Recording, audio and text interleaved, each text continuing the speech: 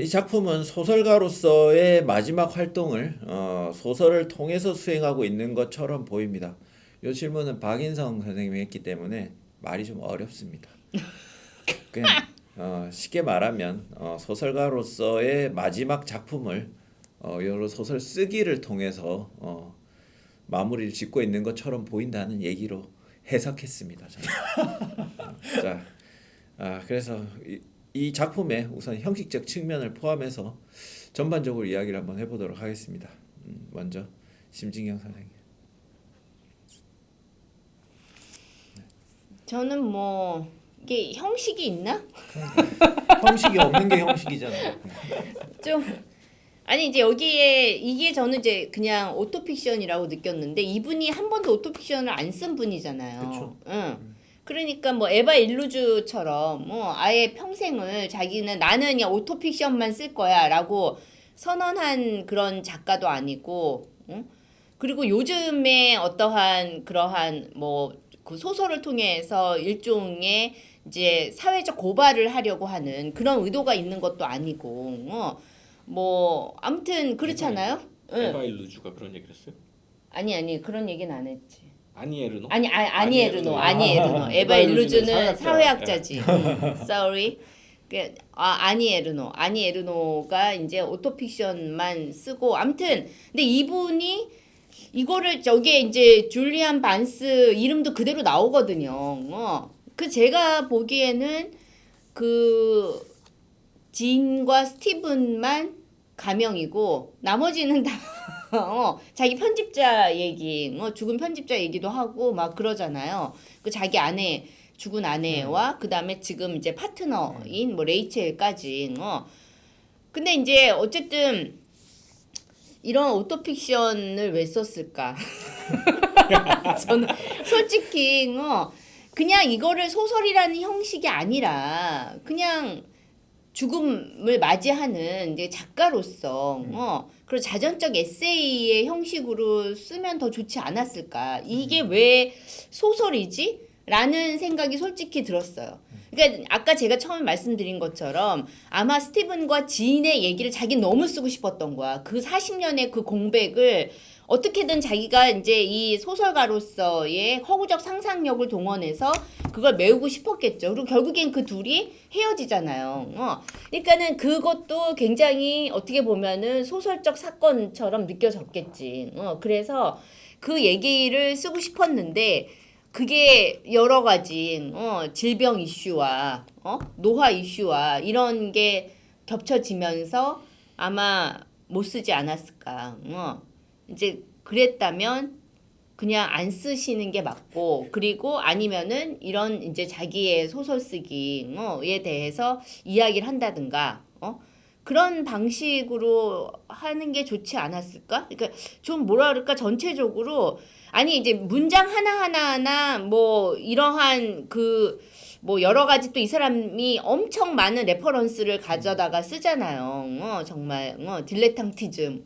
그러니까 그런 게 느껴지지만 그러나 또 다른 한편으로는 좀 두서가 없는 것처럼 솔직히 느껴지고 그냥 중간중간에 뭐 이렇게 수긍이 되고 고개가 끄덕여지는 부분은 분명히 있는데 저는 솔직히 제일 재밌는 거는 스티븐과 지인의 얘기였던 것 같아요. 근데 나머지 얘기는 그냥 한 이제 대작가로서 할 수 있는 얘기지만 소설은 아니었다. 네. 그런 생각이 듭니다. 그러면 이 질문을 한 박인성 선생님. 저는 기본적으로 약간 처음 읽을 때는 초반부에 이 기억 이야기를 쭉 쓰잖아요. 그래서 와, 또 무슨 줄리안 반즈가 대단한 이야기를 들려주려고 이렇게까지 밑밥을 열심히 까나라고 생각을 했었어요. 근데 그런 건 없었고 그런 건 없었다라는 게 일단 좀 아쉽기는 했지만 그렇게 쓸 수밖에 없는 지금의 상황이라고 하는 거를 좀 스스로 또 이제 노출하면서 그게 이제 어떻게 보면은 그 우리가 그러니까 생각하는 줄리안 반즈처럼 이 엘리트 또 중산층 계층의 소설가가 그런 것들을 이제 드러낸다라고 하는 것 자체가 조금은 뭐 박건영 선생님은 이제 그건 역시 전략적이기 때문에 더 싫었다고 말씀을 하셨지만 그래도 그걸 드러내는 방식 자체가 저한테는 좀 신선하고 줄리안 반즈를 쭉 읽었던 사람 입장에서는 나름대로의 또 그 추한 우아함이 있다고 생각을 했거든요. 자기 노년을 이런 방식으로 어쨌거나 정리하기 위해서 접근하는 소설적인 수단을 쓴다는 거. 소설이라고 하는 이제 이름표는 어쨌거나 소설이고 싶은 거죠. 자기는 소설가이고 소설가로서의 정체성을 마지막까지는 어쨌거나 유지하고 싶었기 때문에 이걸 이제 소설이라는 타이틀을 걸어놓고 쓴다라는 행위. 그리고 이제 그렇기 때문에 결국 이제 진과 스티븐 이야기가 아마도 그 소설의 재료였을 것이라는 거는 어느 정도 추측을 해볼 수가 있는데 그걸 이제 쓰다가 참지 못한 거겠죠. 이런 나 지금 이 소설을 쓰고 있는 나의 현실, 나의 육체적 상황, 무너지고 있는 어떠한 내 정신, 노년 이런 것들이 이 소설 안으로 들어오지 않을 수가 없었다에 대한 결국 설명인 것 같아요. 초반부의 서술은 그 모든 것들이 저는 이제 포스트 모던의 대가였잖아요. 이 사람이 포스트 모던의 대가였고 사실은 어떻게 보면 진과 스티븐의 이야기로 썼다고 하면 그 40년의 공백을 어떻게든 자신의 소설적 상상력과 포스트 모던한 어떠한 해석적 재치들 이런 것들로 채웠을 거라고 의심하지 않는데 근데 그것이 무너진 나의 노년의 처지와 자의식으로 채워졌다라고 하는 거가 가장 어떻게 보면 줄리안 반즈 소설 중에서 이질적인 소설이고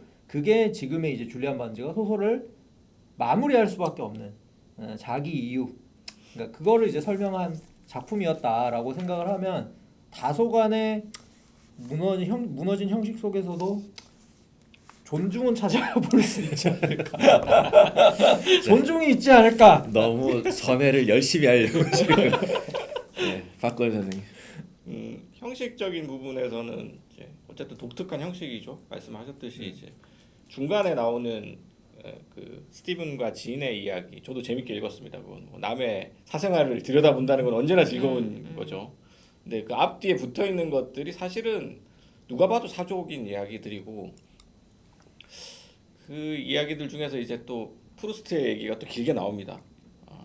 그리고 뭐 뇌과학에 대한 얘기도 나오고 하는데 이 줄리안 반스 이 사람이 이 소설이 고약한 것이 쓰면 안 된다는 거를 계속 얘기하면서 그걸 써버려요. 네. 그 스티븐과 진의 얘기도 그렇지만 사실은 앞에 나오는 그 이야기들도 있거든요.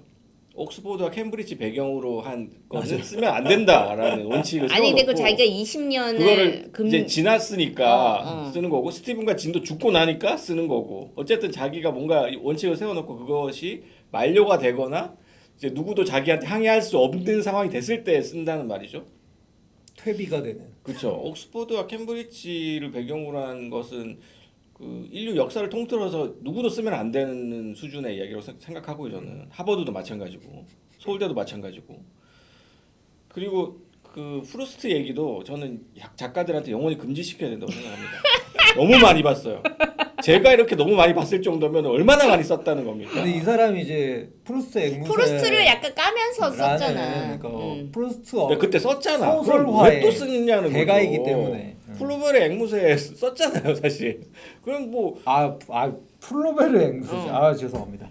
플루벨의 앵무새 그 썼으면 이제 그걸로 끝내면 되는 건데 또 프루스트 얘기를 하면서 또 사실 별 이 책과 그 내용과는 상관없는 이야기들 장광사를 늘어놓고 그래서 저는 이것이 이 일종의 노화다.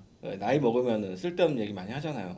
했던 얘기 또 하고 그러니까 그런 부분들을 보여준다는 점에서 사실 그 노화를 또 추함을 또 연출해요. 자기가 이렇게 추하게 됐고 젊었을 때는 이렇게 똑똑했지만 지금은 더 이상 그렇지 않고 기억도 흐트러져 있고 뭐 그런 얘기를 온갖 잡다한 어떤 그 지식들을 동원해서 얘기를 하고 있는데 그런 것들이 사실은 굉장히 좀 거부감이 든다. 그런 교양주의적인 태도 그것을 자기가 객관화하고 있다는 듯이 연출하고 있는 그런 태도가 사실은 좀 역겨운 데가 있어요. 그런 부분들 역겹다는 거는 좀 거시기 하지 않아요? 저는 좀 역겨워합니다. 근데 저는 자신의 추함을 여기서 연출하는 거죠. 요거는 좀 짚어야 될 것 같아요. IAM을 굉장히 많이 언급하잖아요. 그러니까 불의식적 그 자동 기억인가? 뭐 음. 하여튼 involuntary 오토매틱, 오토바이오그래피 오토바이오그래픽 메모리, 불수라고 표현을 해요. 그러니까 불수의적 음. 자동 자동 기억 기억. 네. 정도로 번역이 되는. 그러니까 이제 요거를 그러니까 프루스트를 사실은 IAM 이거를 저기 뭐야 끌어들이기 위해서 프루스트의 마들렌이 언급이 된 것 같아요. 그리고 사실은 이 뒤에 있는 이 소설이 사실은 어떻게 보면 다 IAM이잖아요. 그냥 이 생각도 했다가 저 생각도 했다가 그러니까 요 앞에 요 IAM을 그냥 깐 것 같진 않아요. 그리고 마지막에 또 마들렌으로 마무리죠. 프루스트의 마들렌으로 마무리를 짓는 걸로 봐서 요 IAM이 어떻게 보면 이 소설이라고 보기 좀 애매한 이 작품의 형식에 커다란 변명이 돼주고 있다는 생각이 들더라고요. 맞아요. 그걸 그러니까 네. 공들여서 정말 이렇게 설명을 그러니까요. 한 거죠. 예. 내가 이렇게 그런 쓸 수밖에 짓을 없어. 금지시켜야 된다는 게 제 주장이죠. 그런 밑밥을 깔아놨다는 게 너무 이제 뻔하게 보이고 그런 짓을 하지 말자. 옥스포드, 캠브리지 얘기하지 않듯이 프루스트 얘기 그런 얘기하면서 자기 하고 싶은 얘기를 그냥 자동 기술하는 그런 방식. 그냥 하면 되잖아요. 자동 기술하고 의식의 흐름대로 쓰면 되는데 왜 굳이 프루스트 얘기를 해야 되냐는 거죠. 그러니까 그게 이 작가가 가지고 있는 뭐랄까 특유의 찌질함 같아요.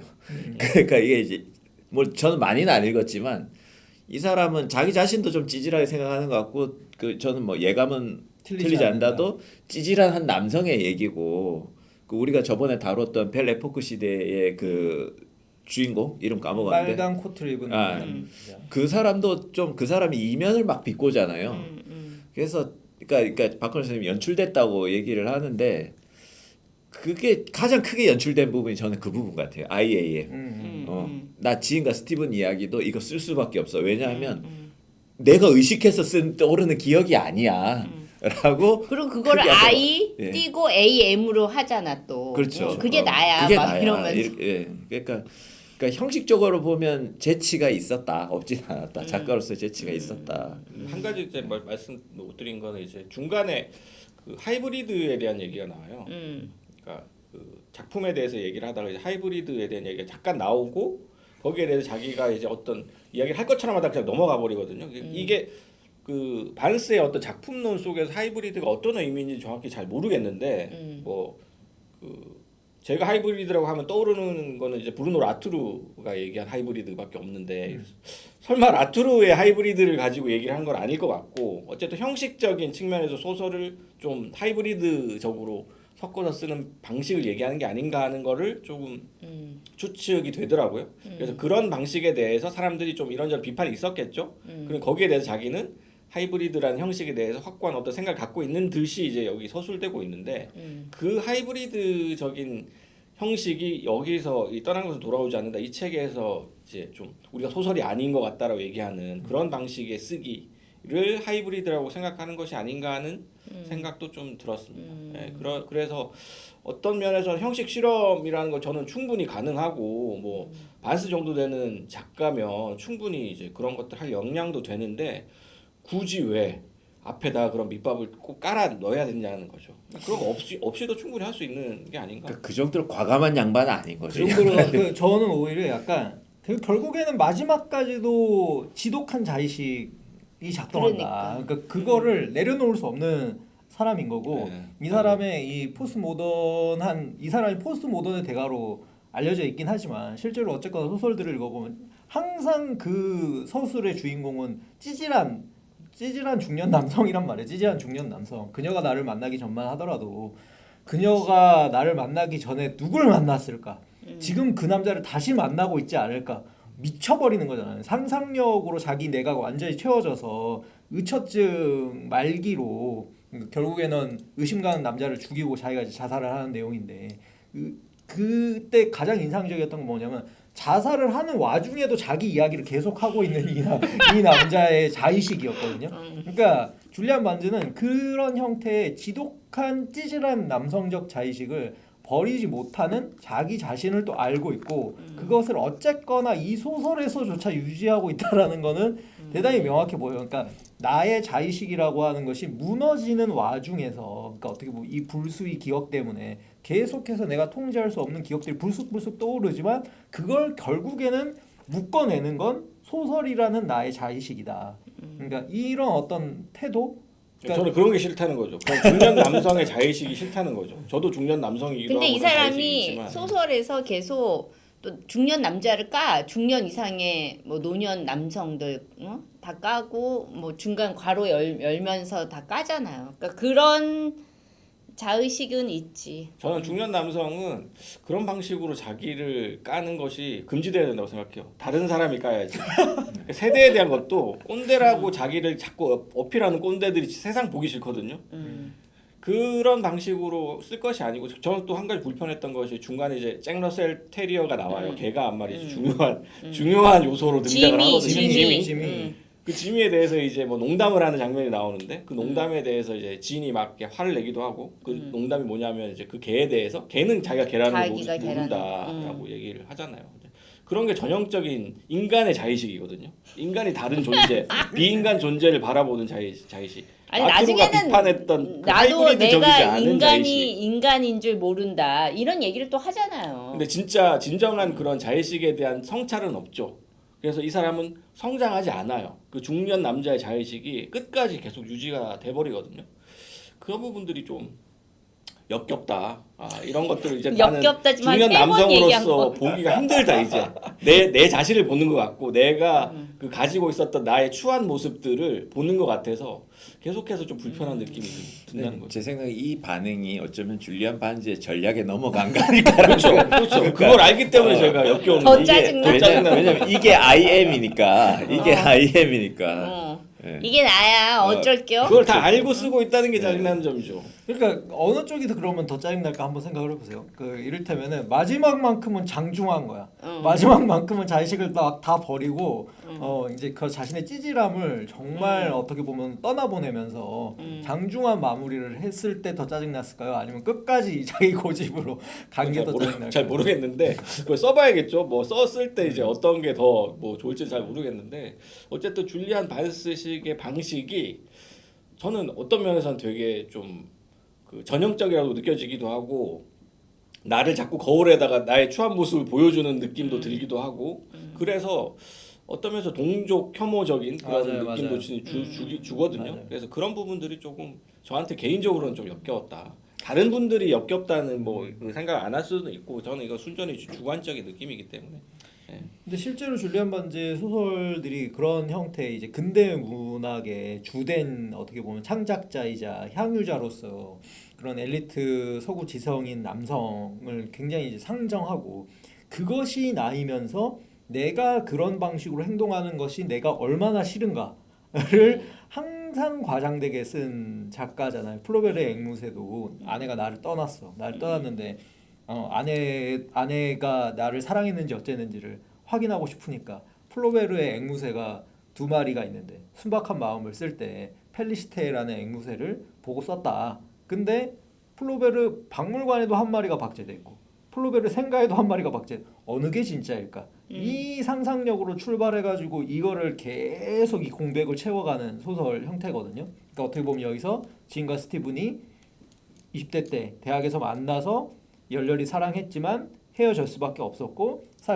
40년이 지나서 다시 이제 60대에 만나서 그들이 다시 한번 헤어질 때에 그 공백의 40년 같은 것들이 이제 항상 줄리안 반즈에게는 호기심의 대상이었고 근데 그거를 결국에는 내가 채워야 한다. 나 생각하는 나 진과 스티븐을 바라보고 있는 나 그들에 대하여 이해하고 있는 나 이해자 항상 그 여기서도 이런 이야기 나오잖아요. 이 사람은 항상 진과 스티븐의 불행 속에서도 내 우월감을 찾아요.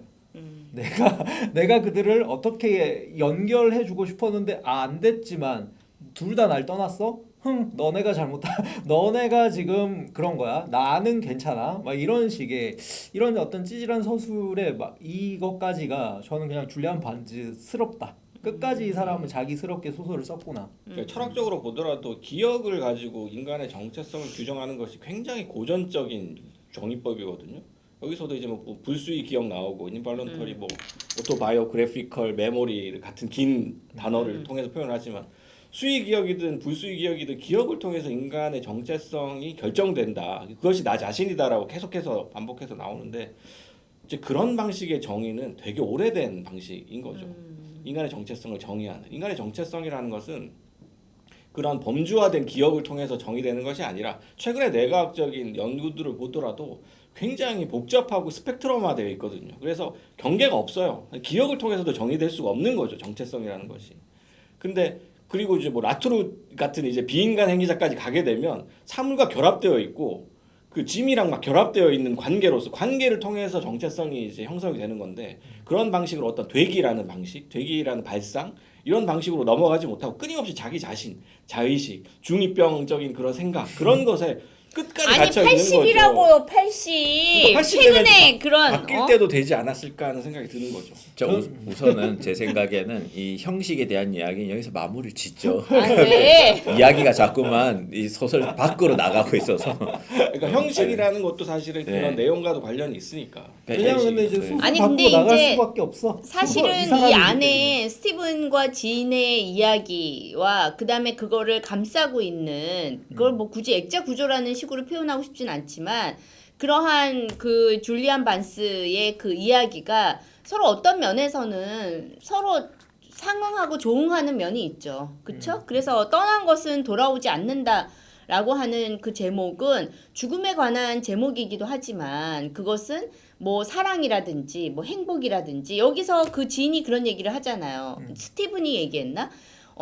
나는 행복한 걸로 행복하지 않아. 뭐 이런 진이 얘기해. 지인이 아무튼 그런 식의 얘기를 하잖아요. 그러니까 어떻게 보면은 그런 것들은 사실 어떤 순간이고, 그쵸? 그 순간은 떠난 다음에는 다시 돌아오진 않는 거죠. 그쵸? 그러니까 스티븐과 지인의 그 관계라고 하는 것도 그 예전에 그 기억이, 그 둘의 사랑에 대한 그 기억이 점점 이제 부풀려지면서 이게 이제 40년 뒤에 다시 만났을 때 그러한 것들이 급속도로 이제 금방 40년의 공백을 뛰어넘어서 이렇게 다 붙어버릴 수 있을 거라고, 붙어서 이어질 수 있을 거라고 생각하지만 사실은 그렇지 않다. 그런 얘기인 것 같아요. 그리고 어떻게 보면은 자기 삶에서 이렇게 이제 막 떠오르는 어떤 기억들, 그리고 그 기억들의 그 폭격, 뭐 이런 것들이 사실은 어떻게 보면은 다 부질없는 어떤 것이다라는 거. 그것은 한번 지나가고 나면 맞아요. 이제 그만인 것이기 때문에 이런 관계도 마찬가지고 그런 점에서 우리가 이제 형식에 대해서 좀 얘기하면 그런 식의 서로가 서로를 비추는 그런 조응적 구조로 의도를 하셨다. 네네. 그리고 이제 맨 마지막에 독자들한테도 자기가 이제 떠난다는 거, 난 떠난다. 떠난다는 거, 그리고 이제 자기는 돌아오지 않는다는 거, 이거를 되게 명확하게 say goodbye를 하시잖아요. 그래서 그렇다. 그러니까 저는 그냥 결국 그렇게 말하고 이 소설의 형식 자체가 그냥 이 사람의 소설가적 자의식이다. 그렇지. 다른 형식은 없다 여기에.